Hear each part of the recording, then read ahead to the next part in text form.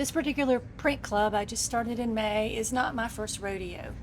And so I wanted to come on here and share 5 of the top mistakes I've made so far in my new print club process. My first mistake with the print club was back in 2018 when I decided to first start one, and I was mailing out these oversized postcards. They were pretty inexpensively printed through Vistaprint, and they always had some kind of a cute little quote on the back, and then I was cramming them into the cheapest envelopes that I could find, these little white things. And every time I did a mail out, I was getting reports that they were getting really sliced up and dinged up.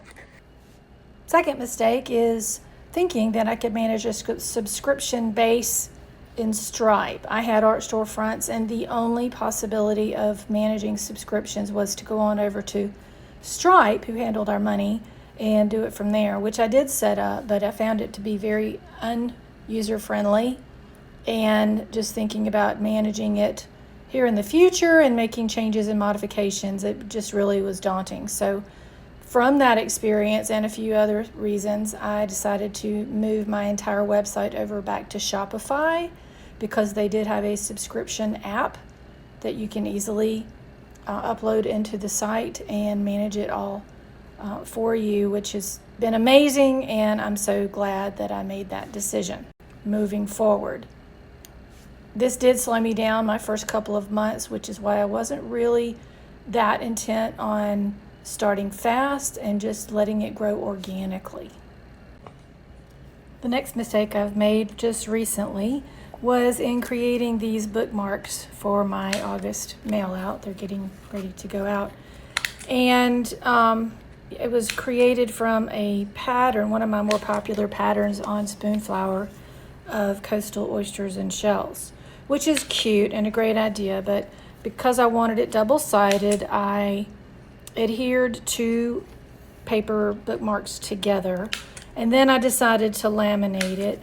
And in the lamination process, and then adding the final ribbon, I'll show at the end, I've weighted it so much that when I actually put all of my ingredients on a scale, I'm almost at 1 ounce. And the goal of this new print club is to not exceed 1 ounce, to keep everything the cost of a stamp. So I don't think I even have room this month for my protective tissue paper. I'm going to have to see what I can work out. But I've already made these. They were going to be included. I'll just have to learn from this. But yes, I think bookmarks are a great idea, but I'm going to have to just make some really thick paper ones and not worry about this heavy laminating on top of it.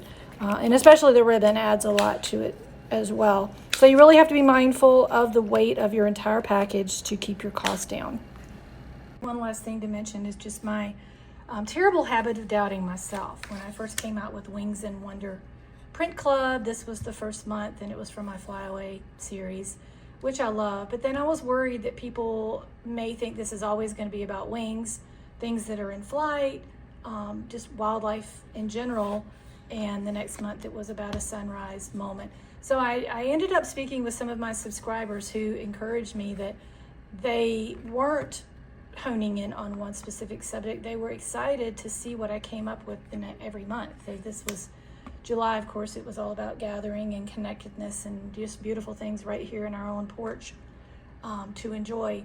So that was an encouragement to me to keep moving on, because each season changes. My art varies with the season, and most of my subscribers so far have subscribed for 6 months or a year, which is very encouraging, that we're going to all go through these next few seasons together. So I would say keep up whatever vision you've been given for your print club, and those who love your art and love your message will follow.